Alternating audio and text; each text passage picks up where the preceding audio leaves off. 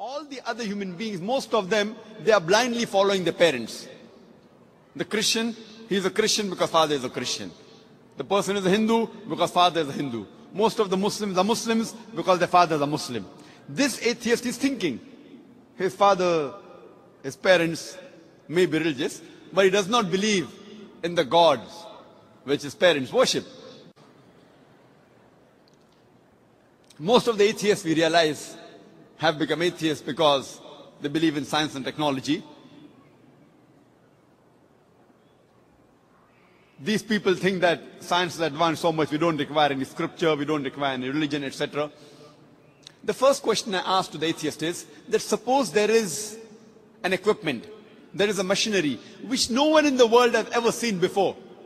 If it's brought in front of you, if it's brought in front of the atheist, and if we ask the question to him, that who will be the first person who will be able to tell you the mechanism of this machinery or this object, what can be his reply?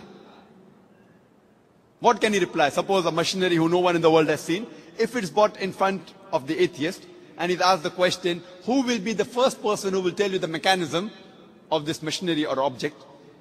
The reply the atheist will give you is the first person who will tell you the mechanism is the manufacturer. Some may say the creator, some may say the inventor, some may say the producer. Whatever they say, it will be somewhat similar. Either they say the creator, the manufacturer, the producer, the inventor. It will be somewhat similar. Just keep it at the back of your mind. Then ask him the next question. That how did our universe come into existence? So the atheist will tell us that initially there was a primary nebula. Then there was a big bang. There was a secondary separation which gave rise to galaxies, the sun, the moon, and the earth on which we live. This we call as a Big Bang.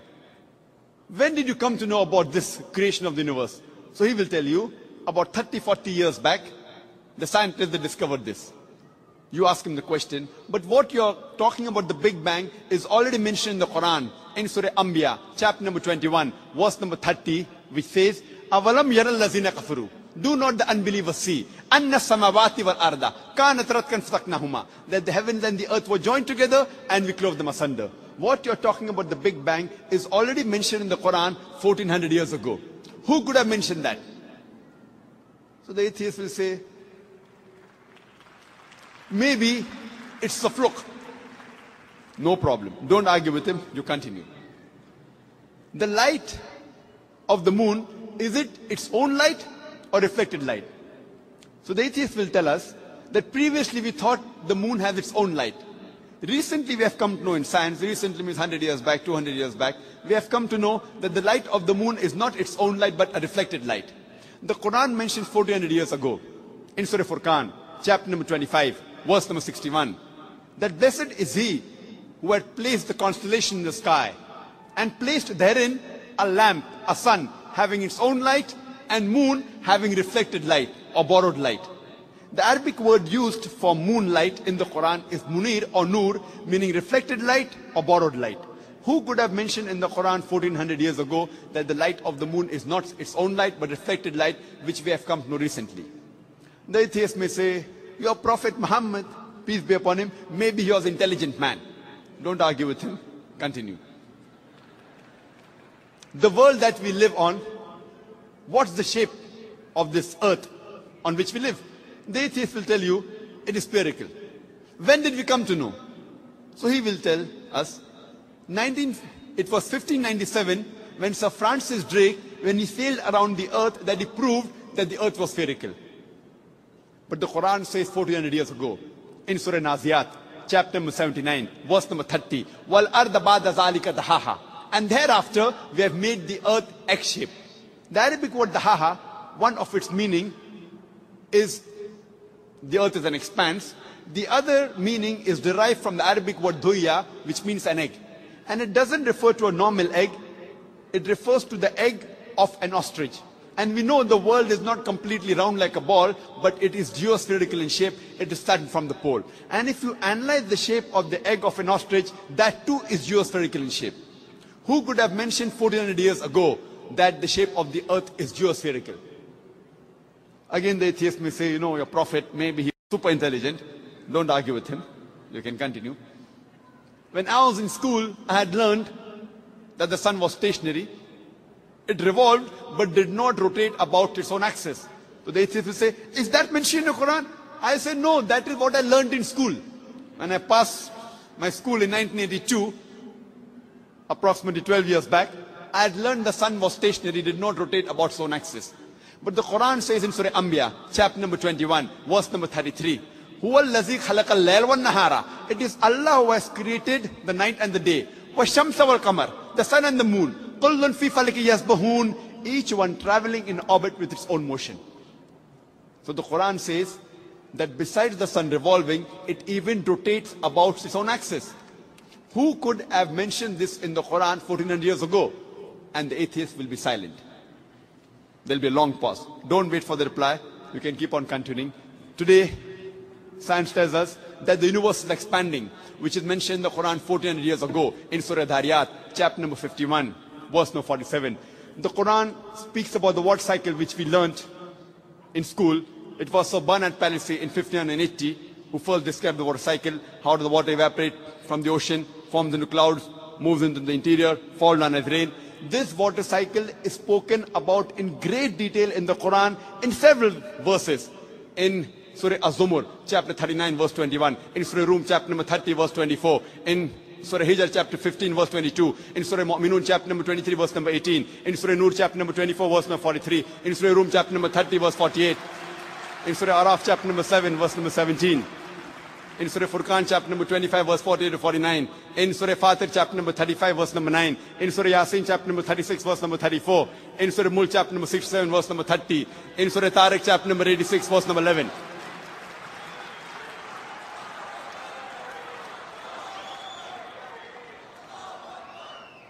There are hundreds of verses in the Quran which only speak about the water cycle which science has discovered recently. We can keep on talking that today we have come to know that the plants have got sexes which we did not know earlier. Quran says in Surah Taha, chapter number 20, verse number 53, that the plants have got sexes, male and female. Today we have come to know that there are two types of water, sweet and salty. And there is a barrier between them, which is mentioned in the Quran in Surah Furqan, chapter 25, verse 53, and Surah Rahman, chapter 55, verse 17 and 18. Maraj al-Bahraini al-Taqiyan, baynahuma barzakhun la yabghiyan. It is Allah who has let free two bodies of flowing water. Though they meet, they do not mix. There is a barrier between them.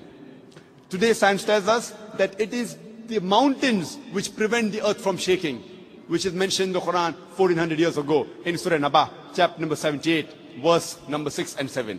The Quran speaks about biology, that we have created every living creature from water, every living thing. In Surah Anbiya, chapter 21, verse number 30, Quran mentions this 1400 years ago. The Quran speaks about zoology, about the lifestyle of the spider in Surah Ankabut, chapter 29, verse 41. About the ant in Surah Namal, chapter 27, verse 17 to 18. About the bee in Surah Nahl, chapter number 16, verse 66, 68, 69. The Quran speaks about embryology in Surah Alaq, chapter 96, verse number 1 and 2. We have created the human being from alaqa, a leech-like substance, which we have come to know recently. The Quran speaks about embryological stages in Surah Mu'minun, chapter 23, verse number 12 to 14. You can go on talking about the scientific points. There are more than 1,000 verses in the Quran which speak about science. After every scientific fact, you ask the question, who could have mentioned that in the Quran? The only reply the atheist can give you is the creator, the cherisher, the manufacturer, the inventor, the producer. This creator, this manufacturer, this producer, this inventor, we Muslims call him as Allah.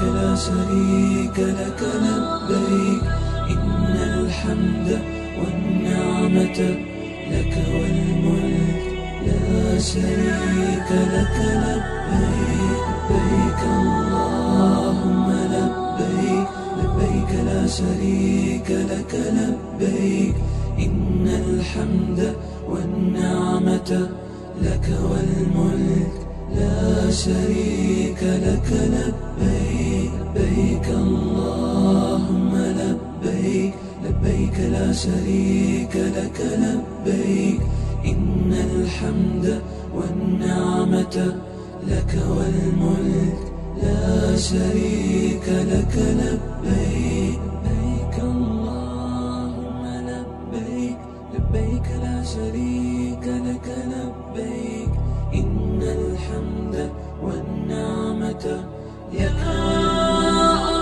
لا شريك لك لبيك يا منان يا ديان يا غفور يا ودود يا رحمن والنعمة لك والملك لا شريك لك لبيك لبيك اللهم لبيك لبيك لا شريك لك لبيك يا الحمد يا نعمة يا رحمن يا شريك لك لبيك لبيك اللهم لبيك لبيك لا شريك لك لبيك يا الحمد يا نعمة يا